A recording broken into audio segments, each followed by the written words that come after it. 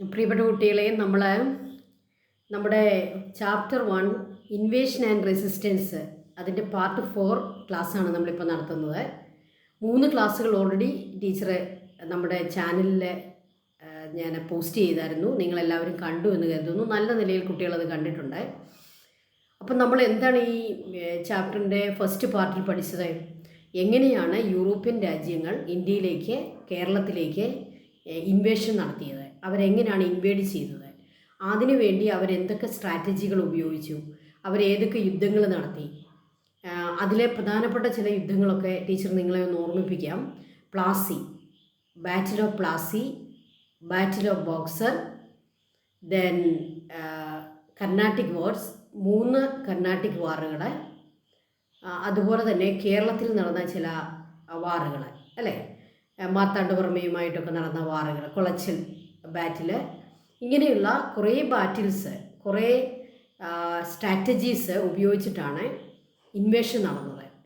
അതിൽ യൂറോപ്യൻ രാജ്യങ്ങൾ അവർ മ്യൂച്വലി കോൺഫ്ലിക്റ്റുകൾ ഉണ്ടാവുകയും അവരിൽ പല രാജ്യങ്ങളും ഇവിടുന്ന് തിരിച്ചു പോവുകയും ചെയ്തു. അതിൽ ഇംഗ്ലീഷുകാരാണ് ഇവിടെ അവരുടെ അഡ്മിനിസ്ട്രേഷൻ, അവരുടെ പവർ ഇവിടെ സ്ഥാപിക്കുകയും ഇവിടെ കണ്ടിന്യൂ ചെയ്യുകയും ചെയ്തത്. അപ്പം നമുക്ക് ഇൻവേഷൻ എന്നുള്ള ചാപ്റ്ററിൽ അതിൻ്റെ ഒരു ഹിസ്റ്ററിയാണ് നമ്മൾ പഠിക്കുന്നത്, ആ ഇൻവേഷൻ എന്ന ആ ഒരു പാർട്ടിൽ. എന്നാൽ നമ്മൾ അത് പഠിച്ചു കഴിഞ്ഞു. അപ്പം അവിടെ നമ്മൾ അതിൻ്റെ ലാസ്റ്റ് ഭാഗത്തെ ഇൻവേഷൻ എന്നുള്ള ആ ഫസ്റ്റ് പാർട്ടിൻ്റെ ലാസ്റ്റ് ഭാഗത്ത് നമ്മൾ എന്താ പഠിച്ചത്? ഇംഗ്ലീഷുകാരുടെ സൂപ്രമസി ഇന്ത്യയിൽ വന്നു കഴിഞ്ഞപ്പോൾ അവരുടെ എക്സ്പ്ലോയിറ്റേഷൻ എങ്ങനെയായിരുന്നു, ഇന്ത്യയെ അവരെങ്ങനെയാണ് എക്സ്പ്ലോയിറ്റ് ചെയ്യുന്നത്. അവിടെ നമ്മൾ കണ്ട ഒന്നാണ് അവരുടെ ടാക്സിങ് പോളിസി. ടാക്സ് പോളിസി എന്തായിരുന്നു? ഹൈ ടാക്സ് അല്ലേ, ഹൈ ടാക്സ് ആയിരുന്നു. അപ്പോൾ അണ്ടർ ദ ബ്രിട്ടീഷ് റൂൾ ഏതൊക്കെ ഗ്രൂപ്പിലെ ആളുകൾക്ക് എക്സ്പ്ലോയിറ്റേഷൻ സഫർ ചെയ്യേണ്ടി വന്നു? First one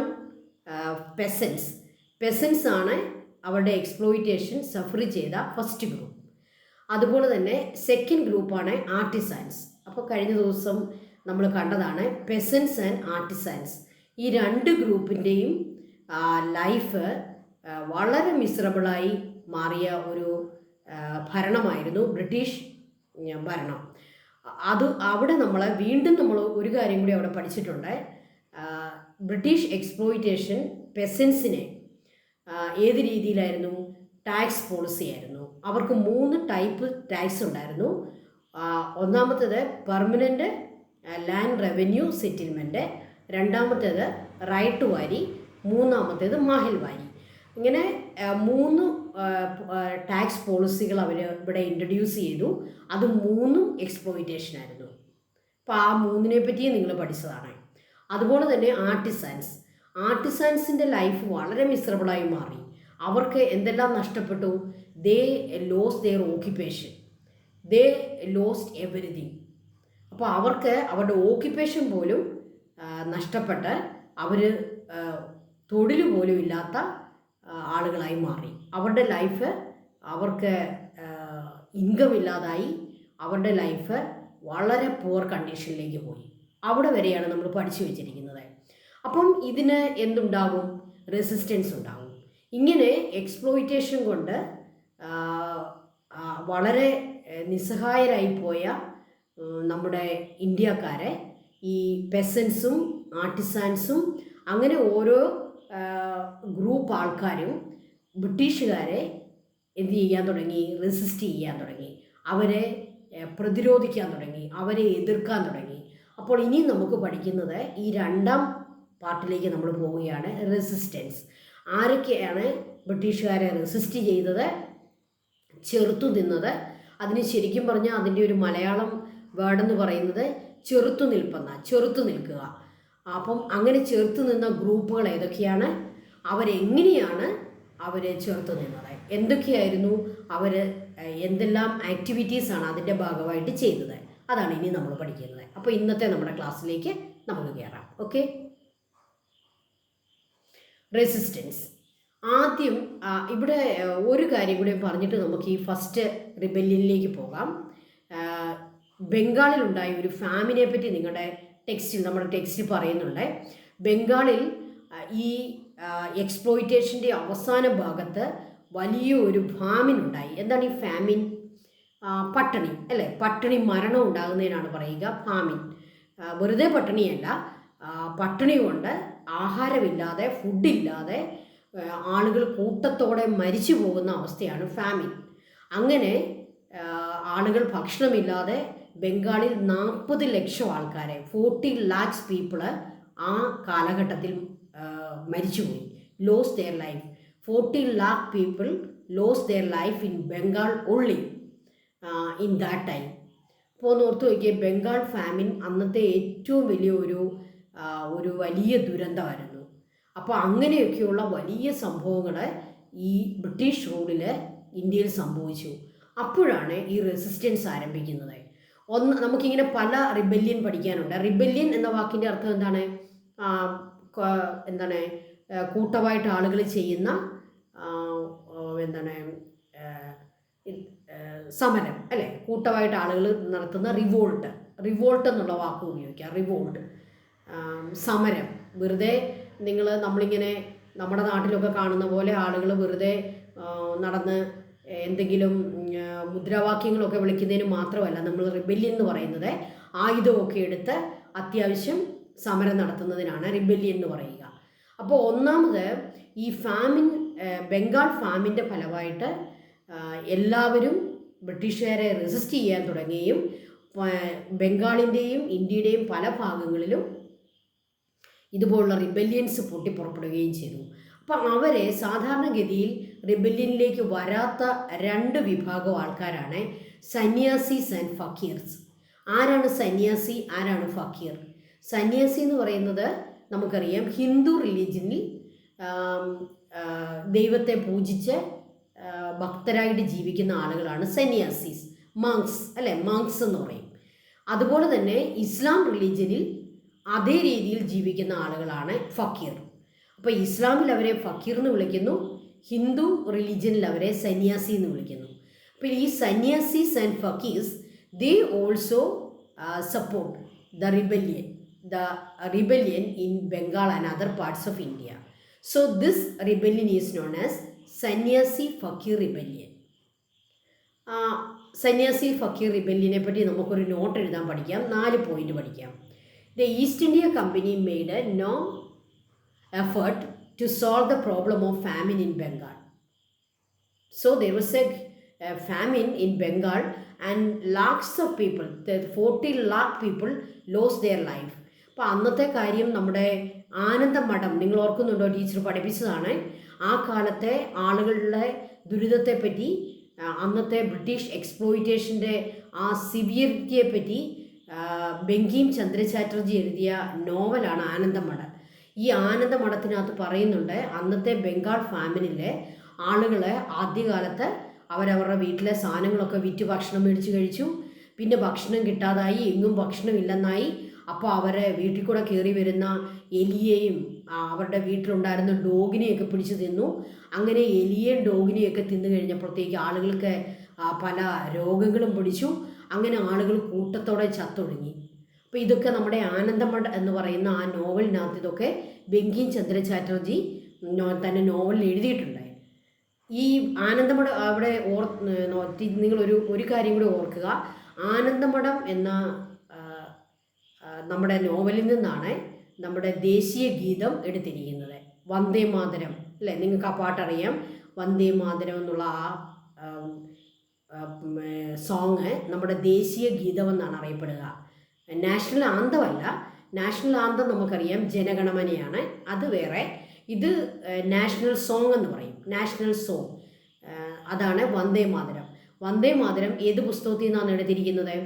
Anandamath. ഓക്കെ. അപ്പോൾ ഈ ഫാമിൻ വന്നു. എന്തുകൊണ്ടാണ് ഇന്ത്യയിൽ ഫാമിൻ ഉണ്ടായത്? ഇന്ത്യയിൽ ഫാമിൻ ഉണ്ടായത് ബംഗാളിലുണ്ടായ മുഴുവൻ ഗ്രെയിൻസും ബ്രിട്ടീഷുകാർ എങ്ങോട്ട് നീക്കി? ഇംഗ്ലണ്ടിലേക്ക് അവരെ എക്സ്പോർട്ട് ചെയ്തു. അപ്പോൾ നമ്മുടെ ഗോതമ്പും അരിയുമൊക്കെ ഇംഗ്ലണ്ടിൽ ചെന്നു. നമ്മുടെ ആളുകൾ പട്ടിണി കൊണ്ട് മരിച്ചു.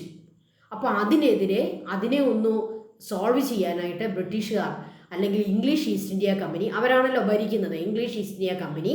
They made no effort to solve the problem of famine in Bengal. Hence, poor peasants and laborers fought against the British.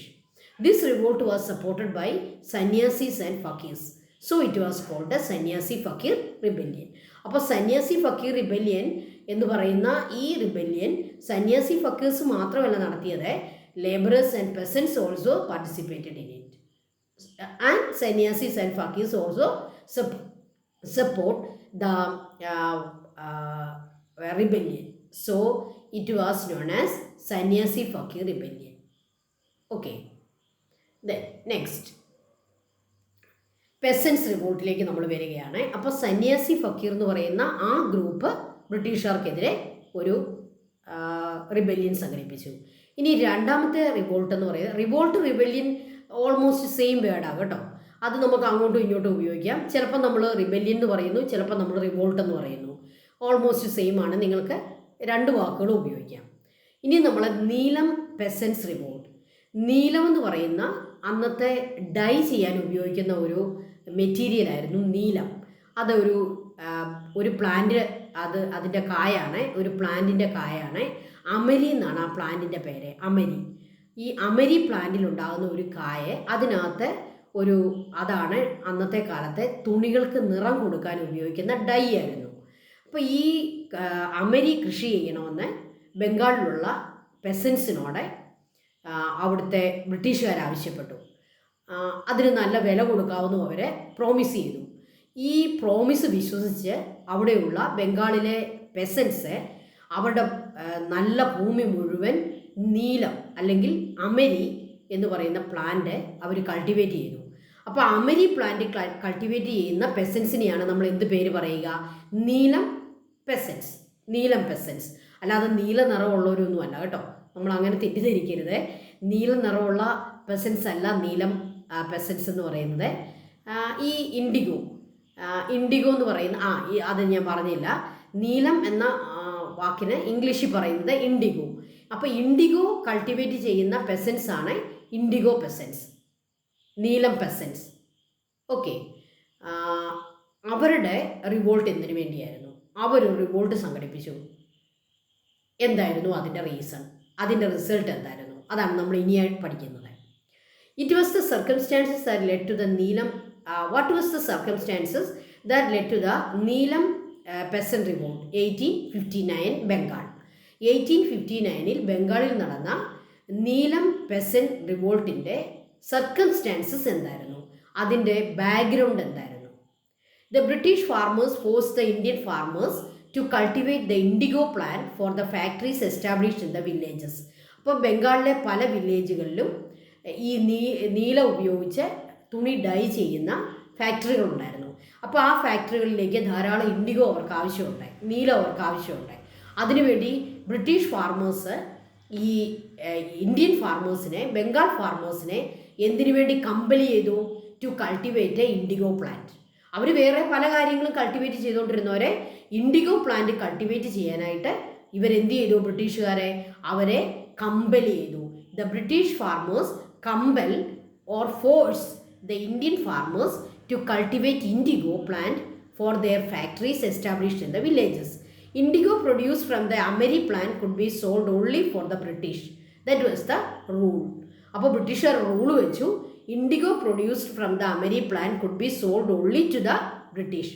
ഈ ബംഗാളിലെ കർഷകർ ഉണ്ടാക്കുന്ന ഇൻഡിഗോ മുഴുവൻ ബ്രിട്ടീഷുകാർക്ക് മാത്രമേ വിൽക്കാവൂ. British gave less price than the market price for indigo. British gave only less price. അവരുടെ പ്രോമിസൊക്കെ ഭയങ്കരമായിരുന്നു, വലിയ ഹ്യൂജ് പ്രൈസ് കൊടുക്കാമെന്നൊക്കെ പറഞ്ഞിരുന്നു. But really they gave only less price. Okay. This led a severe fund shortage and exploitation and economic hardships. So what happened? Because of this less price, severe fund shortage, exploitation and economic hardship. Okay, മൂന്ന് കാര്യങ്ങൾ സംഭവിച്ചു. Fund shortage ഉണ്ടായി, അവിടെ ഒരു exploitation സംഭവിച്ചു, and economic hardship. ആർക്കാണ് ഇതൊക്കെ സംഭവിച്ചത്? Neelam peasants, indigo farmers. Okay. With the discovery of the artificial dye, the demand for indigo decreased. അപ്പോൾ അടുത്ത ഒരു പ്രശ്നം കൂടെ ഉണ്ടായി. This English people, this British people, they discovered artificial dyes. So now they don't know, they didn't want this neelam. It is natural. This natural dye they didn't want. They want only this artificial dye. It is cheap. Okay, ഈ artificial dye കണ്ടുപിടിച്ചതോടുകൂടി അത് ചീപ്പായിട്ട് കിട്ടും. അപ്പോൾ ആർക്കെങ്കിലും ഈ natural നീലം വേണോ? No. അതുകൊണ്ട് എന്ത് സംഭവിച്ചു? The demand for Neelam, it is also decreased. The discovery of artificial dye would happen, the demand for indigo decreased. Then what happened? The poverty increased. The peasants had nothing. Left with no other option, indigo farmers started revolt against the injustice. അപ്പോൾ ഇത് മുഴുവൻ injustice ആണ് അല്ലേ? അവരോട് നീലം കൃഷി ചെയ്യാനായിട്ട് ഇവരെന്ത് ചെയ്തു? കമ്പൽ ചെയ്തു. ഇവർക്ക് ഹ്യൂജ് പ്രൈസ് പ്രോമിസ് ചെയ്തു. പക്ഷേ യഥാർത്ഥത്തിൽ അവരെ പ്രൈസ് താത്തു, ലെസ്സാക്കി. അതുപോലെ തന്നെ ബ്രിട്ടീഷുകാർക്ക് മാത്രമേ നീലം പ്രൊഡ്യൂസ് ചെയ്യുന്നത് സെയിൽ നടത്താവൂ എന്നുള്ള ഒരു നിയമം കൊണ്ടുവന്നു. അതുപോലെ തന്നെ അവരുടെ ആർട്ടിഫിഷ്യൽ ഡൈ കണ്ടുപിടിച്ചതോടുകൂടി അവർക്ക് നീലം അതിൻ്റെ ഡിമാൻഡും ഡിക്രീസായി. അങ്ങനെ നമ്മുടെ കർഷകർക്ക് അവരുടെ നീലം, അവരുടെ ഇൻഡിഗോ വിൽപ്പനയ്ക്ക് പോലും വെക്കാത്ത അവസ്ഥയിലേക്ക് വന്നു. So left with no other option, indigo farmers started revolt against industries. അപ്പം വേറെ ഒരു മാർഗവുമില്ലാതെ ഇൻഡിഗോ ഫാർമേഴ്സ്, ബംഗാളിലെ ഇൻഡിഗോ ഫാർമേഴ്സ് ബ്രിട്ടീഷുകാർക്കെതിരെ ഒരു റിബല്യൻ സ്റ്റാർട്ട് ചെയ്തു, റിവോൾട്ട് സ്റ്റാർട്ട് ചെയ്തു. ആ റിവോൾട്ടിനെയാണ് നമ്മൾ എന്ത് പേര് വിളിക്കുക? Neelam peasants revolt. അപ്പോൾ ഈ റീസൺസ് നിങ്ങളങ്ങ് പഠിച്ചോണം. ഇതിനെ നമുക്ക് സർക്കംസ്റ്റാൻസസ് എന്നോ ബാക്ക്ഗ്രൗണ്ട് എന്നോ ഒക്കെ പറയാം. ഓക്കെ, നീലം പെസൻറ്റ് റിവോൾട്ടിൻ്റെ റീസൺസ് എന്തെല്ലാമാണ്? What were the reasons for neelam peasant revolt? Okay, next indigo റിവോൾട്ടിൻ്റെ 2 ലീഡേഴ്സിൻ്റെ പേരൊന്ന് പഠിക്കണം. Digambar Biswas and Vishnu Biswas. Digambar Biswas and Vishnu Biswas were the leaders of indigo revolt. ഇൻഡിഗോ ഫാർമേഴ്സിൻ്റെ ലീഡേഴ്സ് ഇവർ 2 പേരുമായിരുന്നു, ഡയംബർ വിശ്വാസും വിഷ്ണു വിശ്വാസും. What was the impact of indigo revolt? ഇതിൻ്റെ ഇമ്പാക്റ്റ് എന്തായിരുന്നു? ഇതിൻ്റെ റിസൾട്ട് എന്തായിരുന്നു? Impact means result. Farmers abandon the IndiGo cultivation.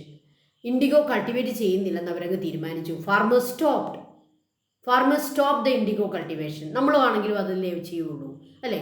ഇൻഡിഗോക്ക് വിലയില്ല, അതിന് ഡിമാൻഡില്ല, പിന്നെ ആരെങ്കിലും ഇൻഡിഗോ കൃഷി ചെയ്യുമോ? ഫാർമേഴ്സ് സ്വയം തീരുമാനിച്ചു, ഇനി ആര് പറഞ്ഞാലും ഇൻഡിഗോ കൃഷിയില്ല. They stop the farming of indigo. Indigo factories were attack. ഇവർ കൈ കിട്ടിയ ആയുധങ്ങളൊക്കെ, വെപ്പണും ഒക്കെ എടുത്തുകൊണ്ട് പോയി they attack the indigo factories. Okay, then planters close down the factories. അവസാനം ഈ വലിയ പ്ലാന്റേഴ്സ് ഉണ്ടല്ലോ, ബ്രിട്ടീഷ് പ്ലാന്റേഴ്സ്, അവരവരുടെ ഫാക്ടറികൾ ക്ലോസ് ചെയ്തു. കാരണം ഏത് സമയത്തും അവരുടെ ഫാക്ടറികളെ, ബംഗാളിലെ കർഷകരെ ഇൻഡിഗോ ഫാർമേഴ്സ് അറ്റാക്ക് ചെയ്യും. അപ്പോൾ അത്ര സേഫ് അല്ലാത്തതുകൊണ്ട് they close their factories. Indigo cultivation almost disappeared from Bengal. അപ്പോൾ ഈ ഇൻഡിഗോ റിവോൾട്ടോടുകൂടി indigo cultivation almost disappeared from Bengal. അപ്പോൾ farmers stop the cultivation of indigo farmers attack the indigo factories, planters close their factories, and indigo cultivation almost disappeared from Bengal.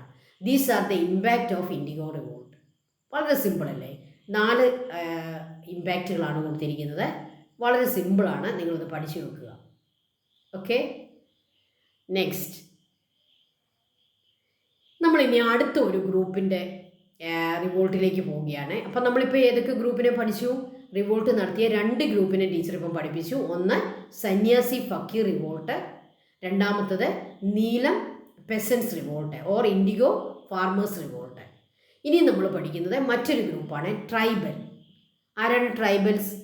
കാട്ടിലൊക്കെ ജീവിക്കുന്ന ആദിവാസികളെയാണ് നമ്മൾ tribals എന്ന് പറയുന്നത്. അപ്പോൾ ഇന്ത്യയിലെ ഈ ദുരിതങ്ങൾ അനുഭവിക്കേണ്ടി വന്ന മറ്റൊരു ഗ്രൂപ്പായിരുന്നു ട്രൈബൽസ്. ട്രൈബൽസ് ഒരുപാട് ട്രൈബൽ റിവോൾട്ടുകൾ നടന്നിട്ടുണ്ട്. അതിൻ്റെ ഒരു ലിസ്റ്റ് ഞാനിവിടെ എഴുതിയിട്ടുണ്ട്. Santhal rebellion, Munda rebellion, Kurichiya rebellion, Paharia rebellion, Kol rebellion and Bhil rebellion. ഈ Santhal, Munda, Kurichiya, Paharia, Kol and Bhil, all these are different tribal groups. ഇത് ഓരോ പ്രദേശത്തും ട്രൈബൽസ് പല പേരുകളിൽ അറിയപ്പെടുന്നു.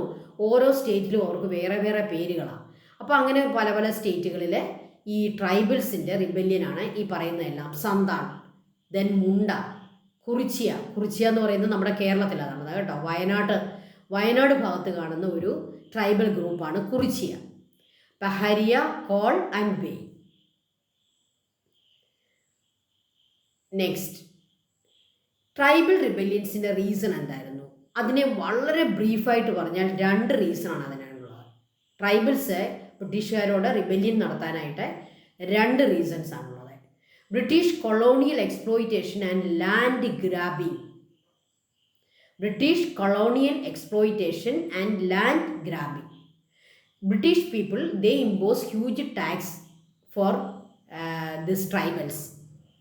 ഇപ്പോൾ ഈ ട്രൈബൽസ് ബ്രിട്ടീഷുകാർക്ക് അവരുടെ എല്ലാ പ്രോഡക്റ്റിനും, അതായത് അവർ ഈ ഫോറസ്റ്റിൽ നിന്ന് ശേഖരിക്കുന്ന ഫോറസ്റ്റ് പ്രൊഡ്യൂസേഴ്സിനെല്ലാം ടാക്സ് കൊടുക്കണം. ഫോറസ്റ്റിൽ നിന്ന് അവർ ചുള്ളി വിറകുകൾ പെറുക്കിയെടുത്താൽ അതിനും ടാക്സ് കൊടുക്കണം. അങ്ങനെ ഹ്യൂജ് ടാക്സ് എല്ലാ സാധനങ്ങൾക്കും ഇമ്പോസ് ചെയ്തു. അതിനെയാണ് നമ്മൾ എന്ത് പറയുക? British colonial exploitation. എന്നിട്ട് ഈ ടാക്സ് പേ ചെയ്യാനായിട്ട് ഈ ട്രൈബൽസിൻ്റെ കയ്യിൽ ക്യാഷ് കാണത്തില്ല. അപ്പോൾ എന്ത് സംഭവിക്കും?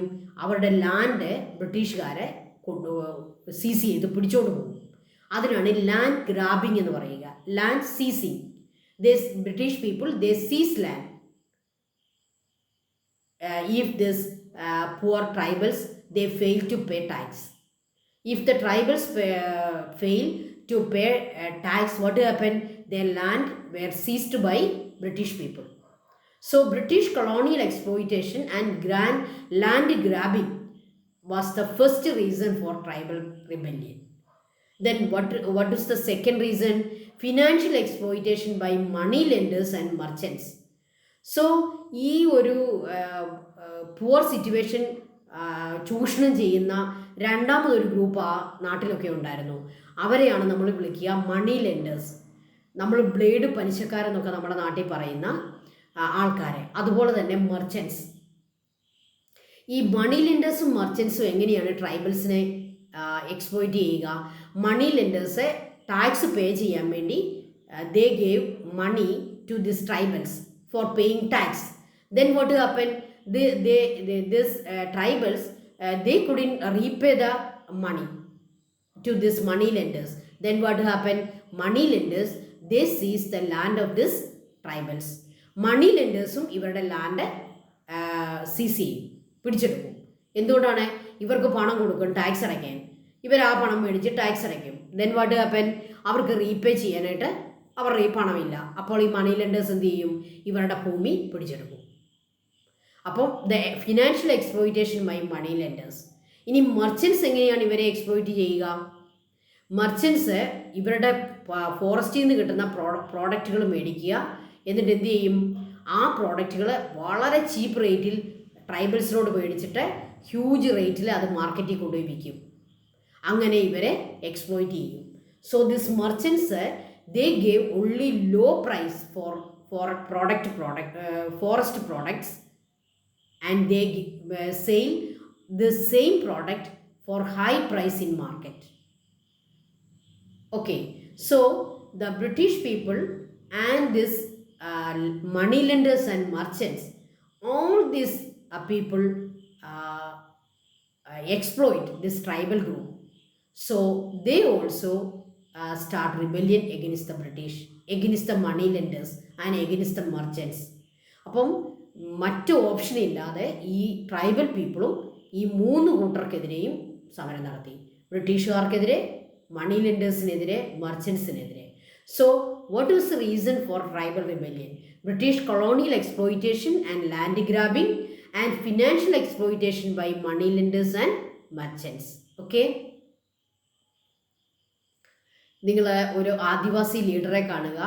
നമ്മുടെ പാർലമെൻറ്റിൻ്റെ സെൻട്രൽ ഹാളിൽ അവിടെ സ്ഥാപിച്ചിരിക്കുന്ന പല മഹാന്മാരുടെ, നമ്മുടെ ഇന്ത്യയുടെ നമ്മുടെ ഫ്രീഡം ഫൈറ്റേഴ്സിൻ്റെ എല്ലാം അല്ലെങ്കിൽ നമ്മുടെ ആദ്യകാല ലീഡേഴ്സിൻ്റെ എല്ലാം ചിത്രങ്ങൾ വെച്ചിട്ടുണ്ടല്ലേ. ആ കൂട്ടത്തിൽ സ്ഥാനം പിടിച്ച ഒരു ആദിവാസി ലീഡറാണ് മുണ്ട, ബിർസ മുണ്ട. ഇദ്ദേഹത്തിൻ്റെ പ്രവർത്തനങ്ങൾ വളരെ ശ്ലാഘനീയമായിരുന്നുകൊണ്ട് ഇദ്ദേഹത്തിൻ്റെ പിക്ചർ നമ്മുടെ പാർലമെൻറ്റിൻ്റെ സെൻട്രൽ ഹാളിൽ സ്ഥാപിച്ചിട്ടുണ്ട്. അപ്പോൾ ബിർസ മുണ്ടയെ പറ്റിയും ബിർസ മുണ്ടയുടെ ആ ട്രൈബൽ ഗ്രൂപ്പിൻ്റെ സാഹസികമായ റിബല്ലിനെ പറ്റിയും നമുക്ക് അടുത്ത ദിവസം പഠിക്കാം. ഇനിയും നമുക്ക് മുന്നോട്ട് മറ്റ് ചില ഗ്രൂപ്പുകളുടെ, അതായത് ഇന്ത്യയിലെ സോൾജിയേഴ്സിൻ്റെ, ഇന്ത്യയിലെ പ്രിൻസസിൻ്റെ, ലോക്കൽ കിങ്ങിൻ്റെ ഒക്കെ പലതരം ബ്രിട്ടീഷുകാർക്കെതിരെയുള്ള റെസിസ്റ്റൻസിനെ പറ്റി next day. Thank you children, thank you.